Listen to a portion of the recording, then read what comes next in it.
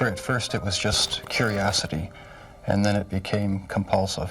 Then I tried to keep the person alive by inducing a zombie-like state, by injecting first a dilute acid solution into their brain or hot water, and it never did completely work. Following his arrest, Jeffrey Dahmer's name became a symbol of unspeakable horror, his crimes etching an indelible scar on the nation and haunting Milwaukee, Wisconsin to its very core. 17 young men and boys brutally murdered, their fates sealed by a killer who blended into society so well that even his neighbors never suspected the nightmares taking place mere feet away. But what makes Jeffrey Dahmer's story even more horrifying isn't just the sheer brutality of his crimes. It's the fact that his unassuming exterior allowed him to hide his monstrosities for over a decade. Today, we delve into the psyche of Jeffrey Dahmer to uncover how an unassuming man became one of history's most chilling and notorious serial killers. Jeffrey Dahmer's descent into darkness began long before his arrest. Born on May 21, 1960 in Milwaukee, Wisconsin, his early life was marked by turmoil and isolation. His mother, Joyce, struggled with severe mental health issues, while his father, Lionel, a chemist, was often absent, immersed in his own work.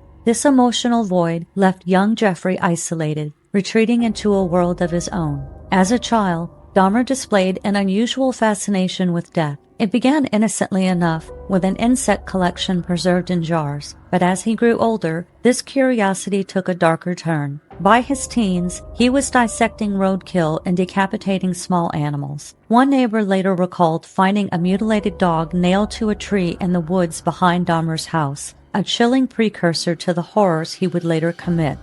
As he got to be about 13 or 14 and he was coming into his sexual awareness, that he had some kissing with another boy in the neighborhood, and he realized that he was attracted to boys. Becoming aroused sexually and the cutting up of these animals somehow became enmeshed together. So what he did as a young man with animals, he eventually did do later on in life with human beings. By high school, Dahmer had become a heavy drinker, showing up to class with a coffee cup filled with alcohol. His classmates noticed, but in the 1970s, such behavior was dismissed as eccentric rather than alarming. Alone and spiraling, Dahmer's fantasies of control and dominance began to take shape. In 1978, shortly after graduating high school, Dahmer's parents divorced. His mother left with his younger brother, and his father moved out, leaving 18-year-old Jeffrey alone in the family home. It was during this period of isolation that he claimed his first victim, Stephen Hicks. Jeff told me about his fantasies, and it was fantasies of killing and having sex with the dead body. He saw a jogger, and he fantasized about killing this person. That was very powerful for him, and he would tell me that it was like a continuous reel, playing over and over again. So Jeff sat and waited for him one day. And then that particular day, the jogger didn't come by. So Jeff was very disappointed because he couldn't act on his fantasy. So he started fantasizing about picking up a hitchhiker. Sometimes when evil meets with opportunity, you have a formula for somebody dying. Dahmer picked up Hicks under the pretense of giving him a ride. The two first went back to the Dahmer family home to have a few drinks together. But when Hicks tried to leave, Dahmer panicked. Grabbing a barbell, he struck Hicks on the head and strangled him. Later, he dismembered the body, dissolving parts in acid and scattering the remains in the woods behind his house. What's important here is when Stephen wanted to leave, Jeff didn't want to be abandoned again. His father abandoned him, his mother abandoned him. So he didn't want Stephen. Plus he had these fantasies of killing. So it's a perfect storm. Dahmer would later confess, "I couldn't let him leave. I just couldn't let him go." He also described a deep sense of remorse over the murder of Hicks. With the murder of Stephen Hicks, Jeffrey Dahmer is now on a path to become a serial murderer. His father has no idea of the extent of how troubled his son is. Dahmer would go nearly a decade before committing his next murder. Jeffrey Dahmer is evolving now into the monster that he eventually becomes. For the next 9 years, Dahmer lived a transient and troubled life. He briefly attended college, enlisted in the Army, and was eventually discharged for a drinking problem. In 1981, he returned to Milwaukee to live with his grandmother, a woman he described as the only family member he truly cared for. Yet, even under her roof, dark compulsions began to resurface and take root. Between 1987 and 1991, Jeffrey Dahmer unleashed a killing spree that claimed 16 more lives, each more horrifying than the last. He prowled Milwaukee's gay bars, carefully choosing his victims, men he believed wouldn't be missed, ensuring that their disappearances drew little attention. He was going to target people specifically. He was going to talk to people and find out what their story was. He was going to find out if they were close to their families. What he was doing was trying to determine if this person that he was conversing with would be missed if they were to disappear. The calculated nature of his crimes was matched only by their grotesque brutality. Dahmer drugged his victims to render them powerless, strangled them, and then dismembered their bodies with chilling precision. But his depravity didn't end there. It was my own private little world. I had complete control. For Dahmer, murder wasn't just about control. It was about possession. He cannibalized parts of his victims, believing that consuming them would bind them to him forever, making them an inseparable part of his very being. When I opened the door and the refrigerator and I saw the head there, and it was somewhat deteriorating, I knew for sure that this was going to be a bizarre forensic case. And within the freezer compartment, there were sections of what looked to be human hearts in the plastic bags, and then long pieces of muscular tissue that looked anything like a steak or something you'd buy in the supermarket. And there was no other food in the house. We then went into his bedroom, and the mattress, it was basically soaked in dried blood. And there was also a bottle of ether and a bottle of chloroform, very potent and toxic anesthetics. There was also a large blue plastic container. I would say it was probably 50 gallons. And I kind of moved it, and it was heavy, and it sloshed around. I could feel quite a bit of fluid inside the container. We identified 11 people. When I was at the scene, I felt a chilling recognition that this is what evil looks like. The remains he didn't consume, he preserved. Skulls and bones were kept as components for a macabre shrine he meticulously planned to build, an altar of death that existed only in the twisted corridors of his mind. He had sketched it out, envisioning it as a place where he could sit among the relics of his obsession, surrounded by the dead, yet never alone. I also wanted to keep if I couldn't keep them there with me whole, at least I felt that I could keep their skeletons. And I even went so far as planning on setting up an altar with the 10 different skulls and skeletons. And what was the purpose of the altar going to be? As a sort of memorial. A point where I could, I don't know, it's so bizarre and strange, it's hard to describe. A place where I could collect my thoughts,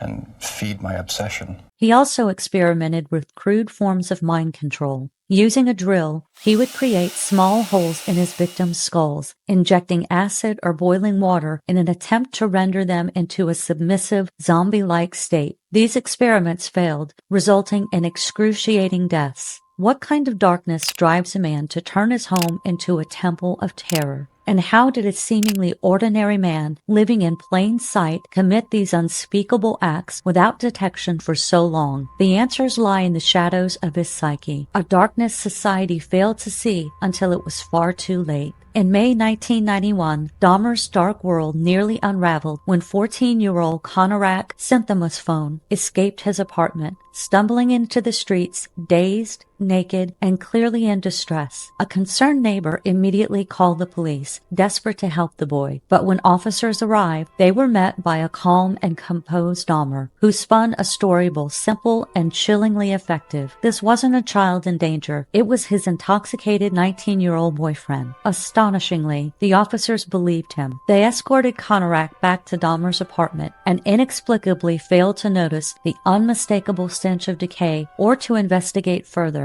Unbeknownst to them, just feet away in the bedroom lay the lifeless body of another victim, openly displayed on the bed. Had they questioned the story further, they would have stopped one of the most prolific serial killers in U.S. history. Instead, they left, and hours later, Conorak was dead. This singular failure would haunt the Milwaukee Police Department for decades. How could such a catastrophic misstep occur? And how many lives could have been saved if a single moment of doubt had led them to step further inside Dahmer's horrifying lair? Finally, on July 22, 1991, Jeffrey Dahmer's killing spree came to an end. That night, Dahmer lured 32-year-old Tracy Edwards back to his apartment with the promise of $100 for photographs. But as soon as Edwards stepped inside, he sensed something was off. The smell was overwhelming, and as the moments ticked by, Dahmer's demeanor shifted from engaging to sinister. Without warning, Dahmer snapped a handcuff onto one of Edwards' wrists and brandished a knife, ordering him to sit. Over the next few hours, Dahmer's behavior shifted between calm conversation and chilling threats. At one point, he confessed his intention to consume Edwards' heart. Remaining composed, Edwards engaged Dahmer in conversation, waiting for an opportunity to escape. That moment finally came. Seizing a split second when Dahmer was distracted, Edwards struck him and ran, sprinting down the street with the handcuffs still dangling from his wrists. He flagged down 2 police officers and led them back to the apartment that had nearly become his tomb. Inside, the officers discovered Polaroid photographs of dismembered bodies taken in the very room where they now stood. The horrors didn't end there. A refrigerator contained human remains. A blue drum was filled with torsos dissolving in acid, and human skulls were placed as decor pieces in Dahmer's macabre shrine of bones and skulls. Tracy Edwards' daring escape not only saved his life, but brought an end to one of the most horrifying killing sprees in American history. The world would soon learn the full extent of Jeffrey Dahmer's monstrous crimes. My head turned like this, looking at the fish tank,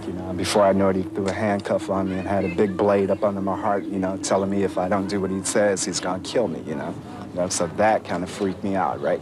He took a blade off me for a moment, and then I knew then it was my time to make my move, that if I didn't take my chance then, I would never get out this place, The death toll in Milwaukee's mass murder is estimated at 17 tonight. Police have arrested 31-year-old Jeffrey Dahmer, who lives in the apartment. The street in front of the building has been packed for hours with people, obviously curious to see where the grisly murders occurred.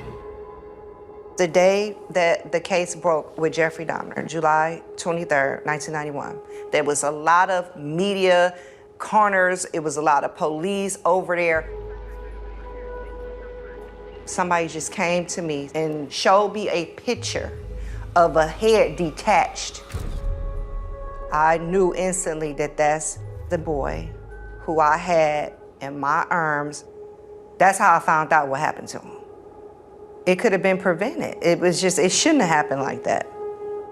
It just hurts my soul. Dahmer was arrested and taken into custody on July 22, 1991. From the outset, he cooperated with authorities, providing a detailed confession over the course of several days. He admitted to killing 17 young men and boys, describing his methods of drugging, strangulation, and dismemberment with an unsettling calm. Dahmer revealed that his motivation for keeping parts of his victims, such as skulls and bones, was to retain a connection to them. Cannibalism, he explained, was his way of making his victims a part of him, fulfilling his obsessive desire for control and companionship even after death. His chillingly detailed confession gave investigators a clear yet horrifying picture of his actions and psyche. In court, Dahmer pleaded guilty to all charges, but his defense team sought to prove that his crimes were committed during periods of insanity. The trial captivated the nation with its graphic testimonies and emotional statements from victims' families, painting a haunting portrait of unimaginable depravity.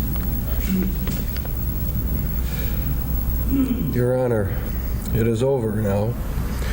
This has never been a case of trying to get free. I didn't ever want freedom. Frankly, I wanted death for myself. This was a case to tell the world that I did what I did not for reasons of hate. I hated no one. I knew I was sick or evil or both. Now I believe I was sick. The doctors have told me about my sickness, and now I have some peace. I know how much harm I have caused. I tried to do the best I could after the arrest to make amends, but no matter what I did, I could not undo the terrible harm I have caused. My attempt to help identify the remains was the best that I could do, and that was hardly anything. I feel so bad for what I did to those poor families, and I understand their rightful hate. I know I will be in prison for the rest of my life. I know that I will have to turn to God to help me get through each day. I should have stayed with God. I tried and failed and created a holocaust. Thank God there will be no more harm that I can do. I believe that only the Lord Jesus Christ can save me from my sins. I have instructed Mr. Boyle to end this matter. I do not want to contest the civil case. I've told Mr. Boyle to try and finalize them if he can. If there is ever any money, I want it to go to the victims' families. I've talked to Mr. Boyle about other things that might help ease my conscience in some way of coming up with ideas on how to make some amends to these families, and I will work with him on that. I want to return to Ohio and quickly end that matter so that I can put all of this behind me and then come right back here to do my sentence. I decided to go through this trial for a number of reasons. One of the reasons was to let the world know that these were not hate crimes. I wanted the world in Milwaukee, which I deeply hurt, to know the truth of what I did. I didn't want unanswered questions. All the questions have now been answered. I wanted to find out just what it was that caused me to be so bad and evil. But most of all, Mr. Boyle and I decided that maybe there was a way for us to tell the world that if there are people out there with these disorders, maybe they can get some help before they end up being hurt or hurting someone. I think the trial did that. I take all the blame for what I did. I hurt many people. The judge in my earlier case tried to help me, and I refused his help, and he got hurt by what I did. I hurt those policemen in the Conorak matter, and I shall ever regret causing them to lose their jobs. And I hope and pray that they can get their jobs back, because I know they did their best, and I just plain fooled them. For that, I am so sorry. I know I hurt my probation officer, who was really trying to help me. I am so sorry for that, and sorry for everyone else that I have hurt. I have hurt my mother and father and stepmother. I love them all so very much. I hope that they will find the same peace I am looking for. Mr. Boyle's associates, Wendy and Ellen, have been wonderful to me, helping me through this worst of all times. I want to publicly thank Mr. Boyle. He didn't need to take this case, but when I asked him to help me find the answers and to help others, if I could, he stayed with me and went way overboard in trying to help me. Mr. Boyle and I agreed that it was never a matter of trying to get off. It was only a matter of which place I would be housed the rest of my life, not for my comfort, but for trying to study me in the hopes of helping me and learning to help others who might have problems. I know I will be in prison. I pledge to talk to doctors who might be able to find some answers. In closing, I just want to say that I hope God has forgiven me. I know society will never be able to forgive me. I know the families of the victims will never be able to forgive me for what I have done. I promise I will pray each day to ask for their forgiveness when the hurt goes away, if ever. I have seen their tears, and if I could give my life right now to bring their loved ones back, I would do it. I am so very sorry. Your Honor, I know that you are about to sentence me. I ask for no consideration. I want you to know that I have been treated perfectly by the deputies who have been in your court and the deputies who work the jail. The deputies have treated me very professionally, and I want everyone to know that. They have not given me special treatment. Here is a trustworthy saying that deserves full acceptance. Christ Jesus came into the world to save sinners, of who I am the worst.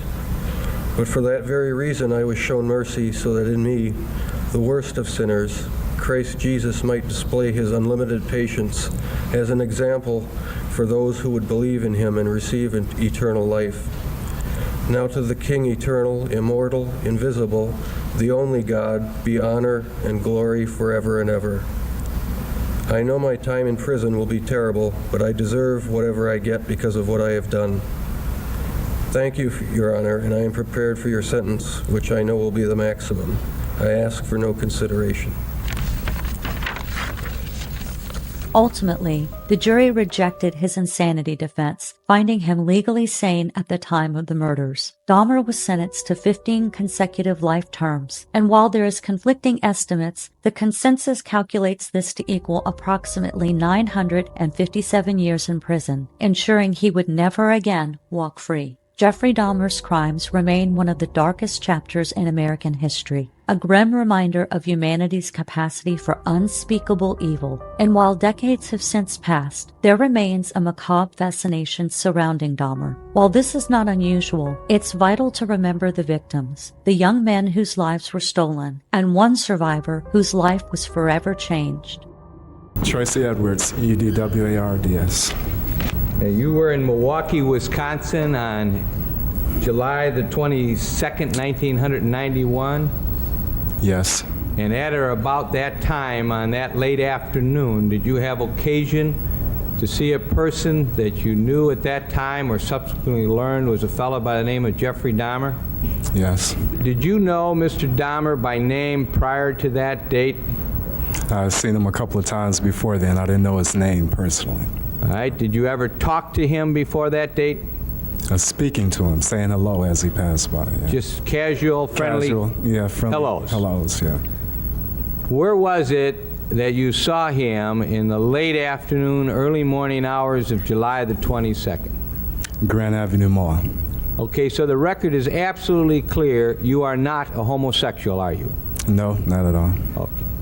So you were with a couple of your buddies, were you? That's correct. Did you have occasion then to see Mr. Dahmer?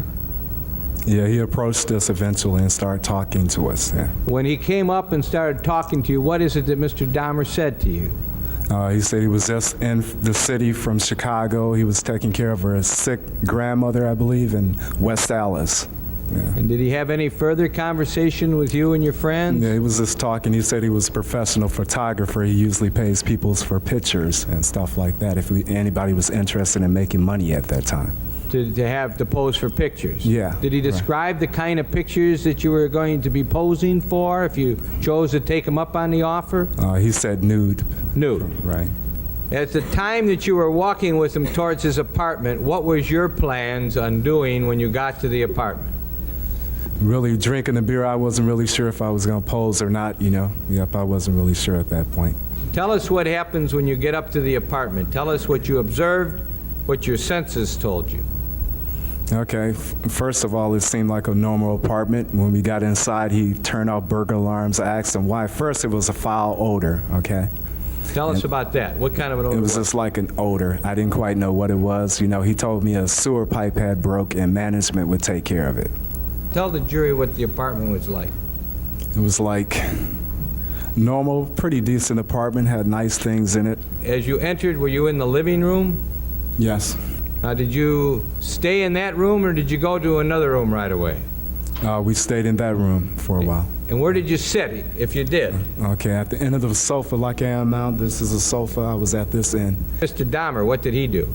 He sat like here, maybe a couple feet from me. Not on my close left. to you? Maybe 2 feet. You in fear of anything at that time? Not at all. Okay, and what did the two of you do? Okay, he said we were still talking, chatting, you know. He asked me, was I interested in doing the photography? You know, I told him I was still contemplating, so therefore he offered me a beer and a rum and coke mixture at that point. So you're sitting on the couch, he brings you a beer and rum and coke, what happens?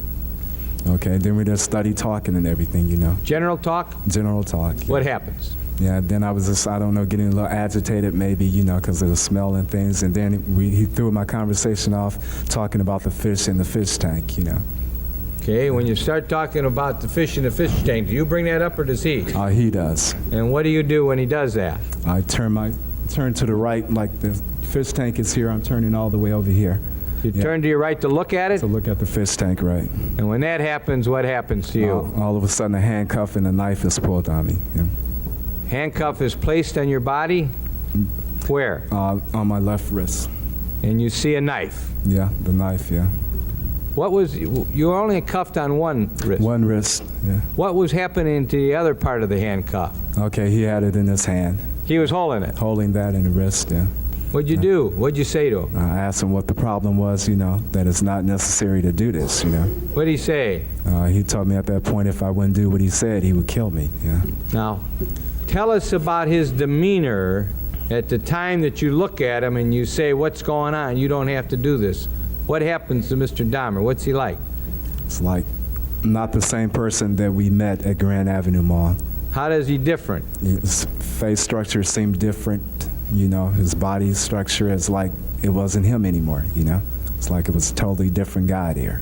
Tell us what happened step by step as best you can remember. And then all of a sudden he kind of calms down, you know. And then he said he has a key in the bedroom, so we proceed to the bedroom. The key to the handcuffs? Right. What do you see in the bedroom? A big, about 50, 60 gallon drum barrel, whatever.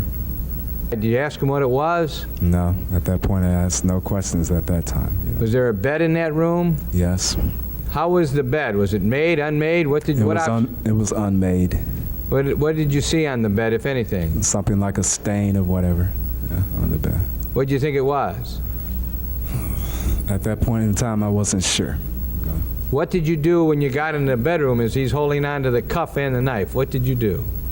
Studied us talking, trying to be friends with him, you know. Did you remain standing? Did you sit down? He made me sit down at that point. We both sit on the bed. Did that room have a TV set in it? Yes. Was there anything going on the TV? Yeah, the Exorcist movies was playing at that time. There was an Exorcist movie on? Yeah. And then what happened? You're both sitting on the bed? Yes. Are you still in handcuffs? Yes. Is he holding the handcuff? Right. Do you still have the knife? Right. Is it pointed at your side as you've told us before? Right. You trying to be cool? Very much so. You're not fighting with him? No. What's your intention? What are you planning on doing? Getting away. I was contemplating on at the point jumping out the window. You know, I was basically talking with this person, trying to let him know I was his friend. Yeah. As you were sitting there on the bed, when he had you by the handcuff and a knife at your side, well, what did you think about him as a person? What impression was made on your mind of this fella that you're dealing with here? Yeah, that at times he wasn't himself, and then at times he was like a nice guy, you know. He would come and go different times, you know, throughout the whole time. Then he would like sit, being quiet at times, watching a movie, wanting me to watch the movie, you know, and just doing little chanting sounds, you know. Was there any parts of the movie that was going on that you saw that he said anything about? It was like the part about the preacher there used to be a preacher that had got possessed, and that it would seem like he was like interested in that part. That part had his attention more than anything. You know? Well, tell us about what you mean by that. What impressions were made upon your mind when this was going on as to had his attention? How did he appear to you? It appeared like it was like he wanted to mimic it or be like that part, you know, being demonized or whatever in that nature. I'm sorry, I missed you. Yeah, like he wanted that type of movie, that part, certain parts of that part interested him. You know, it was like he changed with it at times. Then he would get more aggressive, try to get me to handcuff myself, both hands. And he's told me it made him feel more dominant at that time. Okay, did you and he move off of the bed at any time? Yes, he wanted me to lay flat down, stomach down on the floor at that time. All right, tell us what happened how did that happen that he told you to lay down on the floor? You know, he told me to lay down face down, put both of my hands behind my back because he changed again at that point, like he got more aggressive at that time. Okay, now, but tell us, did he still have the knife out? Yes, he still had the knife. And what did you do? Okay, I kind of like laid on my sides. For some reason, I guess God told me not to lay flat down or let this person handcuff me, so I didn't. So you were trying to stop that from happening, but you got down on the floor. Right. What did he do? He kind of laid across me, put his head across my chest at that point. And what was he doing with his head? Pardon me? What did it appear to you he was doing with his head? What was he trying to do? Like he was listening to my heart, because at a point he told me he was going to eat my heart at that point. He said he was going to eat your heart? Yes, that's correct. Did he still have the knife? Yeah. Where was the knife pointed? When I was on the floor, he had it pointed at my groin area at that time. What did you do then? I knew something was about to happen, so I suggested that I go to the bathroom. I had to use the bathroom at that time. And what did he do? He kind of guided me to the bathroom. So when you say he guided, you still had hold of your handcuff? Yes. And you went to the bathroom? Right. Did you urinate? Yeah. So after urinating, did you think that you were going to be the victim of, did he ask to engage in any homosexual acts with you? None whatsoever. Okay, so now you leave the bathroom and what happens? Okay, then we go back into the bedroom. You know, it was like different time spans. We were talking about him losing his job. Then he would come to the person that I was first with, you know, and then at certain points he would change. You know, at first he was telling me about how people didn't care for him and things of this nature, and I was trying to comfort him, letting him know that I was a friend, you know, that I wasn't going to try to run away from him or nothing like that. You were being cool. I guess God, you can say that, because I had no control. I don't know. But then he told me at a point I was going to have to kill him, or he was going to have to kill me at one point.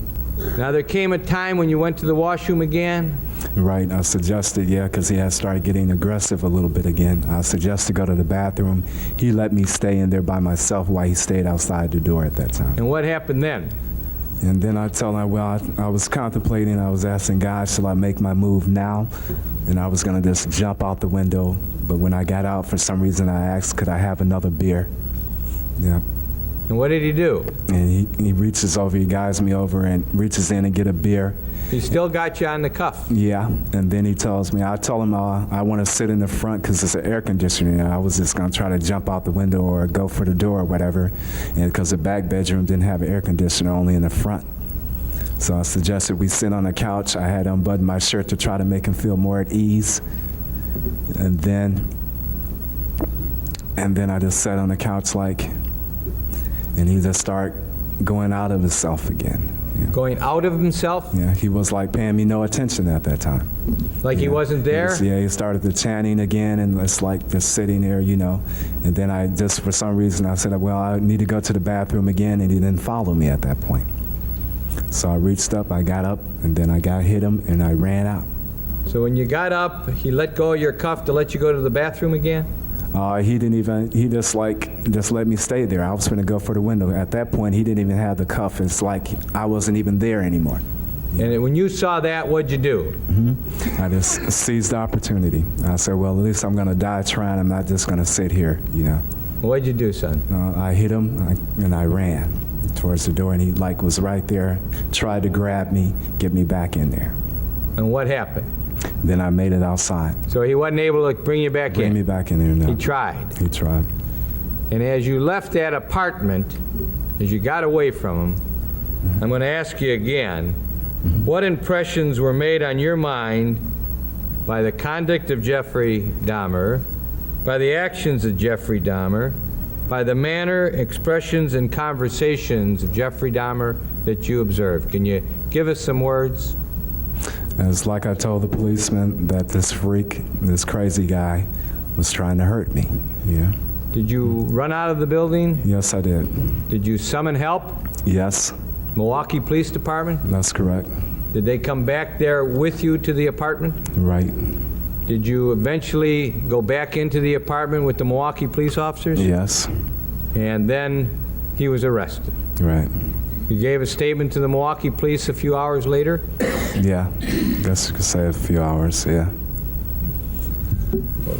For Tracy Edwards, survival came at an unimaginable cost. According to his attorney, the events destroyed his life. He could never get his life together after that. Haunted by his ordeal, Edwards struggled with substance abuse and homelessness, drifting aimlessly in the years that followed. He had repeated run-ins with the law, and eventually he disappeared from public view. As of the time of this recording, his current whereabouts remain unknown. His story, like that of Dahmer's other victims, is a haunting reminder of the far-reaching consequences of violence and trauma. In the end, Jeffrey Dahmer's story forces us to confront the unimaginably grotesque nature of his actions and the societal failures that allowed them to go unnoticed for so long. It raises chilling questions. How do we ensure that victims' voices are heard? And how do we prevent warning signs from being ignored? Dahmer stands apart from many other serial killers in the complexity of his psyche, as evident in his unsettling self-awareness. Unlike most serial killers, Dahmer didn't attempt to shift blame or seek to justify his actions, stating plainly, the person to blame is sitting right across from you. His acknowledgement of the pain he caused and his expressions of remorse are striking in contrast to what he described as the uncontrollable compulsions that drove his heinous crimes. And while these facets of Dahmer's psyche are intriguing, they could never diminish the sheer brutality and depravity of his crimes or the lasting devastation felt by the families of his victims. Adding to the tragic irony of his story, Dahmer's own death in 1994 came at the hands of a fellow inmate wielding a metal barbell, the same type of weapon Dahmer used to kill his first victim, Stephen Hicks. This irony underscores the violent nature of his existence, both as perpetrator and victim.